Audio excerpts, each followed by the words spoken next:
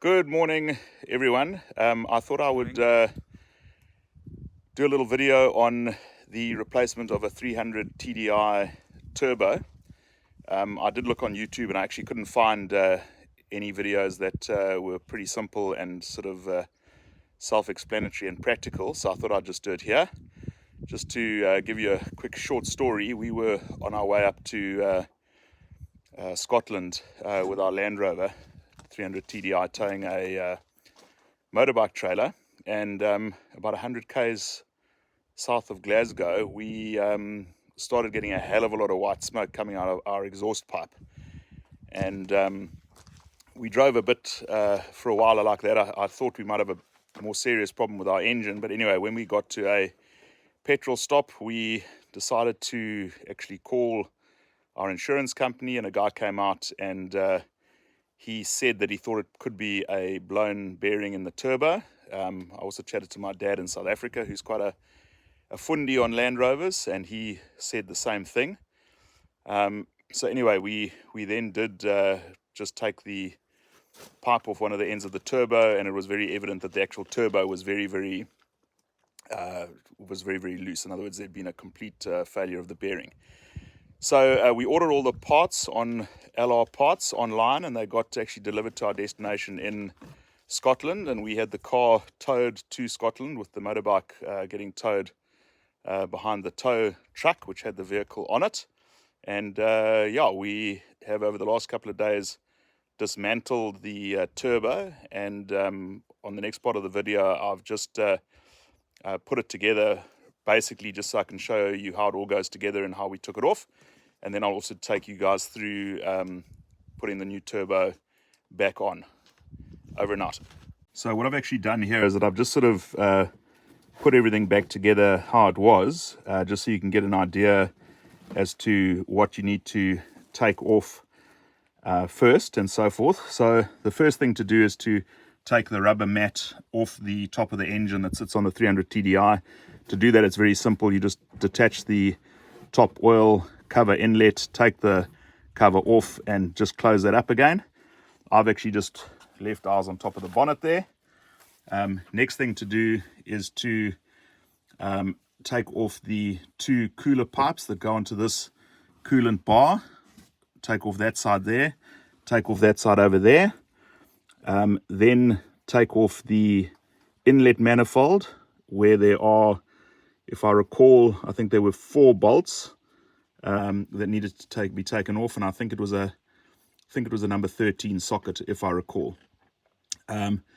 Once you've taken the inlet manifold off, that actually comes off like this and comes off there. It is 4 bolts. You can actually see 2 shorts and 2 long bolts.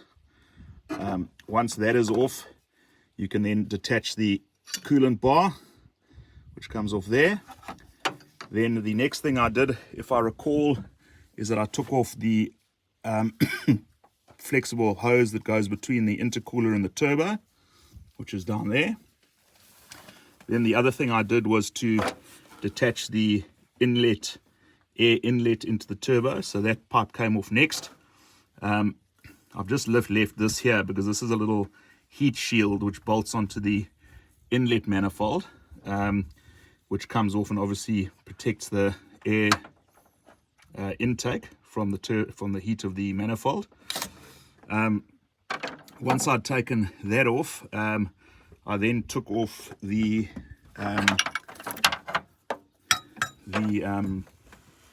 oil feed from the engine that goes to the turbo.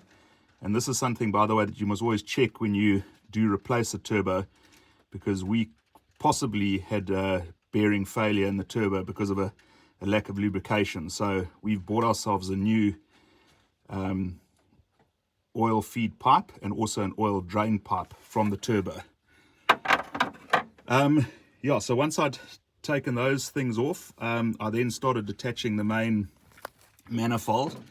And you can see I've actually haven't put the manifold properly together here because I've just kept it loose.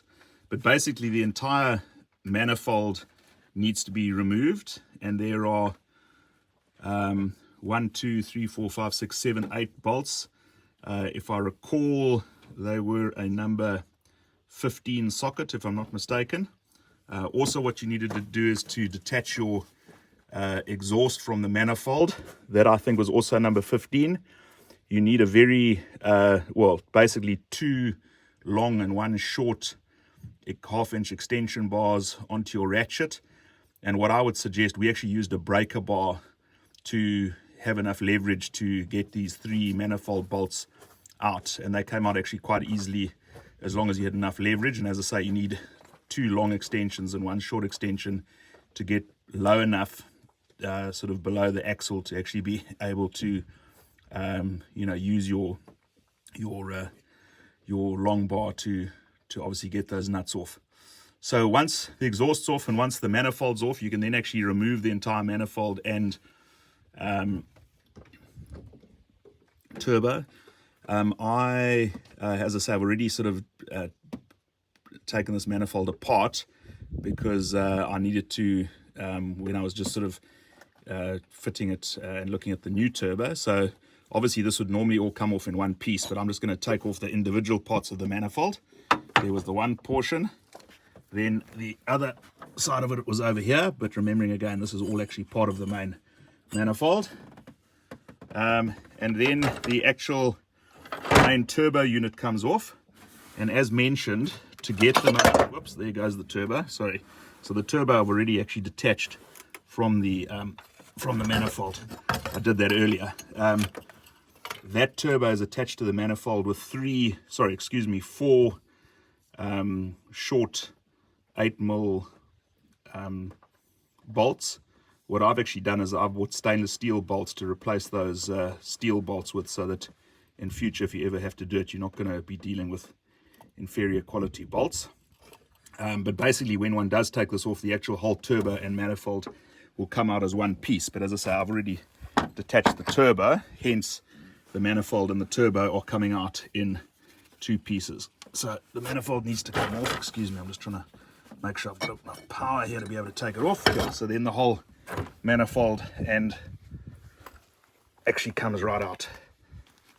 And just to show you how buggered our turbo was, I'll grab the turbo. You'll find it quite interesting. Just look at the play on this turbo shaft. You can see it was absolutely, that bearing's completely failed. And then just to show you here, the turbo would have sat like that, and the 4 bolts that you take out, 1 there, 1 there, and then 2 on the other side, 1 there and 1 there. What I did notice with those bolts is that you do need a flat, I recall it was a number 13 spanner. You actually need quite a thin spanner to get it into the sort of cast iron cooling veins of the turbo. Because we're getting a new turbo, I didn't bother. I actually just broke that vein off so I could get my spanner in to get the nut out. But obviously, if you were overhauling your turbo, you wouldn't want to break that vein that I broke. I didn't bother taking off this cover plate because the new turbo that I've bought actually comes with the plate. And I'll talk to you about that in the next phase of the video. Cheers. So just going back to this here, obviously you need to take your manifold gasket off, which I already have done.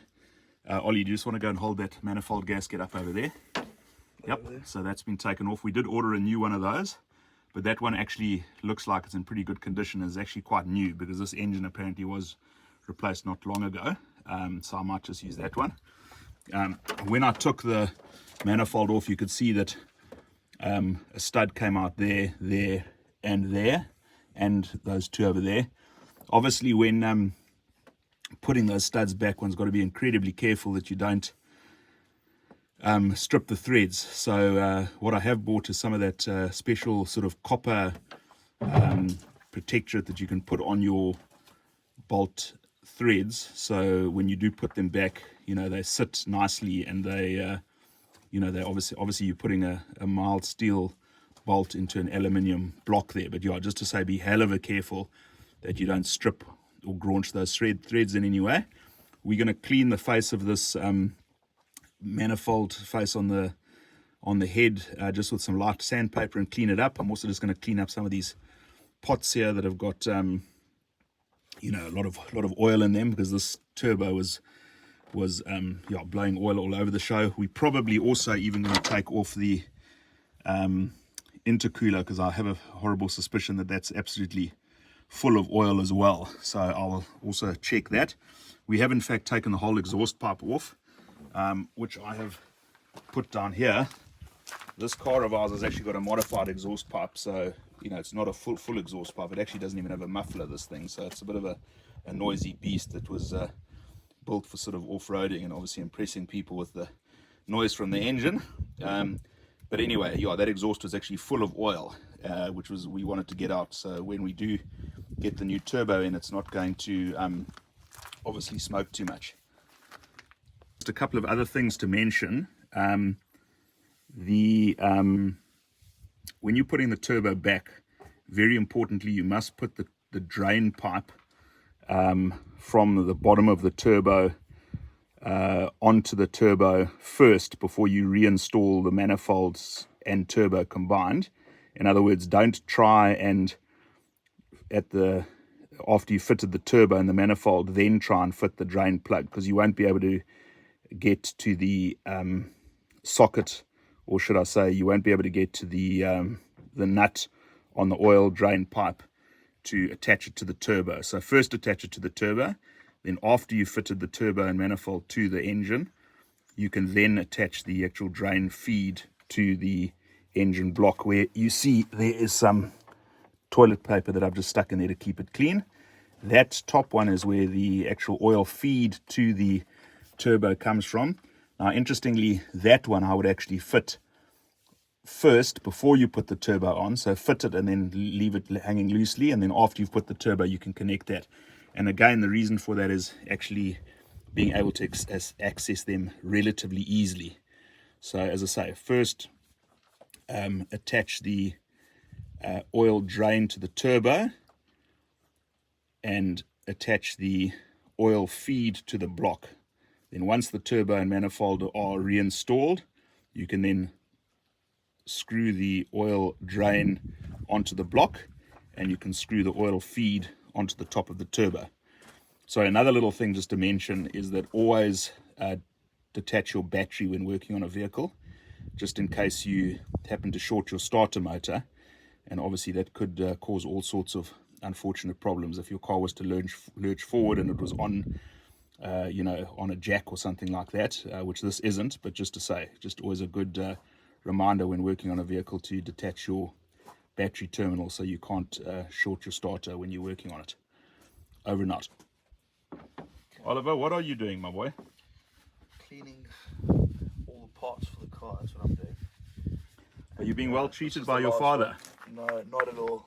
You sure? I feel like I'm a servant, and I'm just being Even though you've got a glass of red wine, which I bought myself, which is balancing up there. I don't know who said it was okay to drink red wine and fix cars at the same time.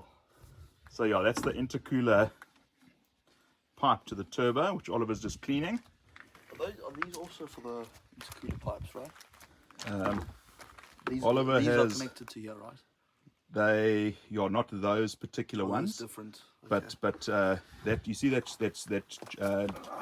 L-shaped small one. Yeah. That one's connected to the other side of the pipe. Yeah. Yeah. The one that you got in your hand. Yeah. So anyway, young Oliver here has cleaned all the parts very kindly.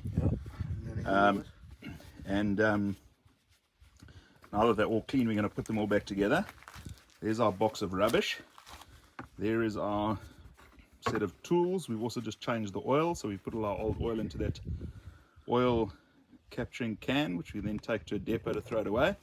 The new turbo is in that box. The old turbo, which is I've taken apart and is completely buggered, is over there. The new turbo sits there, beautifully made, all the way from Garrett. Not sure where that's made, where Garrett is made. I think it could be somewhere in Europe. Anyway, what is quite interesting, if you look at this turbo here, the actual turbo itself, just look at the movement on the shaft here.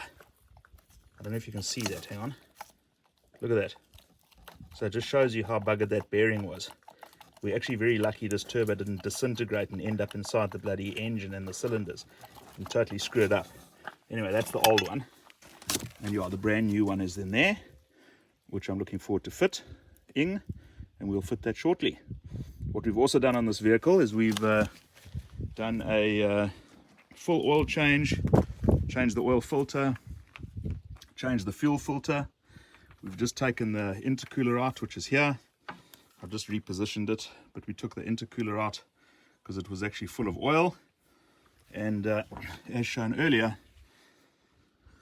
there's the actual head that we're just going to clean that up with a bit of turpentine and sandpaper just to make it nice and flush, and then we'll get that manifold and turbo and everything reinstalled with all the oil pipes, both feeding pipe and drainage pipe, as discussed earlier. So far so good. What we also did is we actually took the whole exhaust off and flushed that out because it was also full of oil. So we should, I'd say within about 45 minutes to an hour, have this puppy on the road again, and hopefully it'll give us some great performance.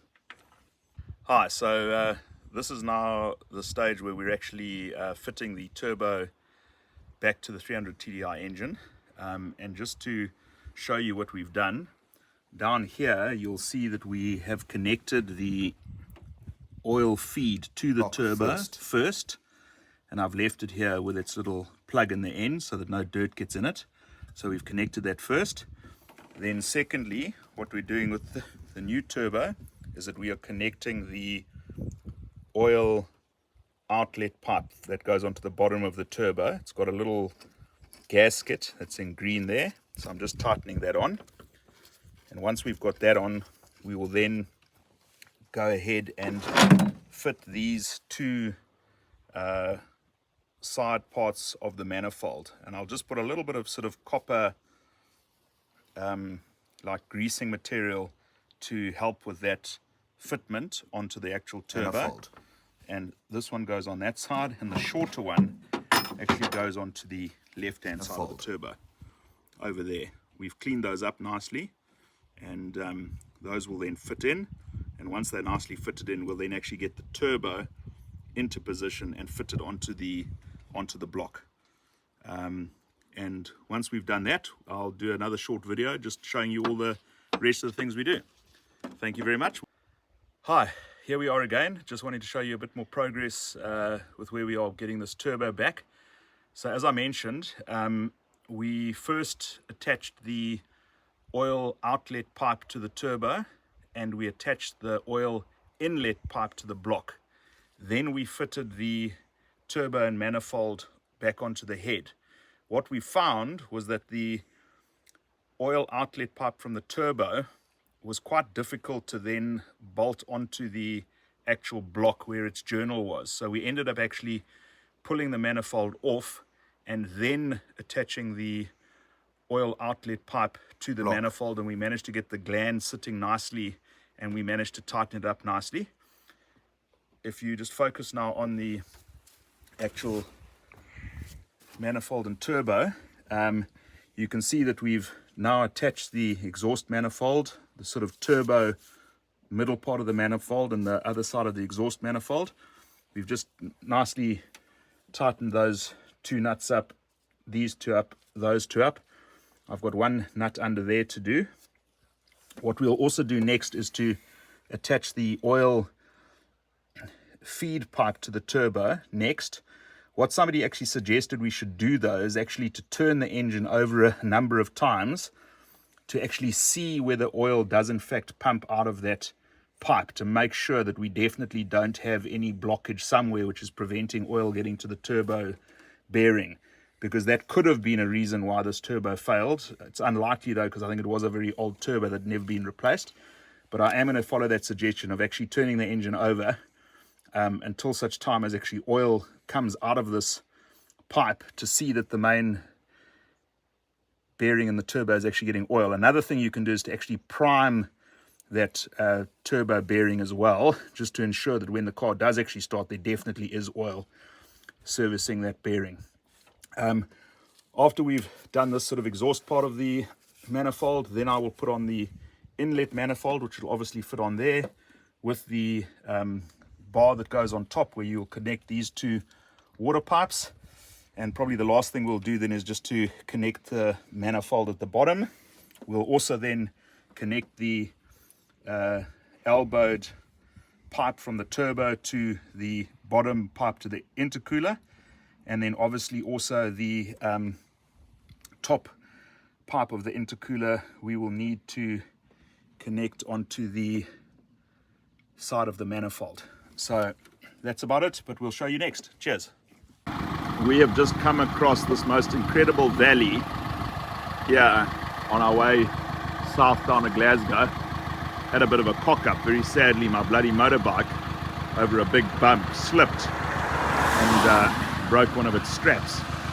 So we're going to have to fix that. It's slightly scratched the front mirror. Thank God there's no other major damage to the bike. But yeah, I mean, just look at this place.